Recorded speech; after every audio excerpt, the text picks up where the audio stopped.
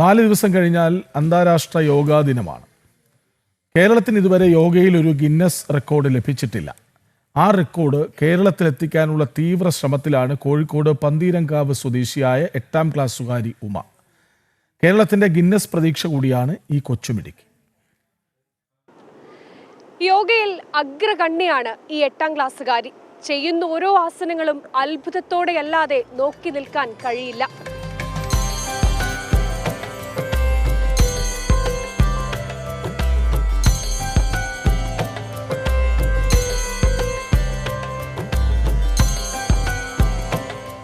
ഇതുമ, പ്രായം വെറും 12 വയസ്സ്.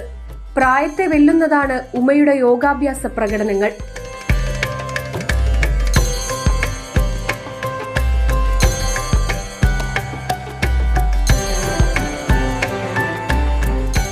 മൂന്ന് വയസ്സ് മുതൽ യോഗ അഭ്യസിക്കാൻ തുടങ്ങിയതാണ് ഉമ. അസാധ്യമെന്ന് തോന്നുന്ന പല യോഗാസനങ്ങളും സ്വായത്തമാക്കി കഴിഞ്ഞു ഈ കൊച്ചുമിടുക്കി.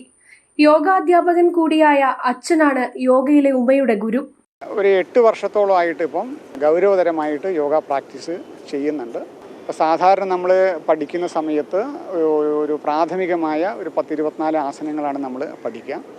ഉമ ഇപ്പം 6th ലെവലിലാണ് ഉമ പ്രാക്ടീസ് ചെയ്യുന്നത്. അപ്പോൾ ഇപ്പോൾ അവൾ പഠിച്ചുകൊണ്ടിരിക്കുന്ന ആസനങ്ങൾ നാഷണൽ ലെവലിൽ ചാമ്പ്യൻഷിപ്പുകളിലൊക്കെയുള്ള അഡ്വാൻസ് ആസനങ്ങളാണ്. പഠനത്തിലും മറ്റ് കായിക വിനോദത്തിലുമെല്ലാം മുൻപന്തിയിലാണ് ഉമ. അതിന് ഉമയെ ഏറെ സഹായിക്കുന്നതാകട്ടെ യോഗയും. ദ്വിപാദ കോകിലാസനം, പ്രജക്താസനം തുടങ്ങി പല യോഗാസനങ്ങളും ഇതുപോലെ കൃത്യതയോടെ ചെയ്യണമെങ്കിൽ ദിവസേനയുള്ള പരിശീലനവും ആവശ്യമാണ്. വർഷങ്ങളുടെ പരിശീലനമുണ്ടെങ്കിൽ മാത്രമേ ഇത്ര കൃത്യതയോടെ യോഗാസനങ്ങൾ ചെയ്യാൻ സാധിക്കൂ. ഇനിയുള്ള ഉമയുടെ ലക്ഷ്യം യോഗയിൽ ഗിന്നസ് റെക്കോർഡ് നേടുക എന്നതാണ്. അതിനുള്ള കഠിന പരിശ്രമത്തിലാണ് ഉമയും കുടുംബവും. ഗിന്നസ് വേൾഡ് റെക്കോർഡ് കിട്ടാൻ എനിക്കൊരാഗ്രഹം ഉണ്ടായിരുന്നു. അതിപ്പം സാധിക്കാൻ പോവാണ്. അതേപോലെ തന്നെ ഒളിമ്പിക്സ്, ഇപ്പം യോഗയിൽ ഒളിമ്പിക്സ് ഇല്ല.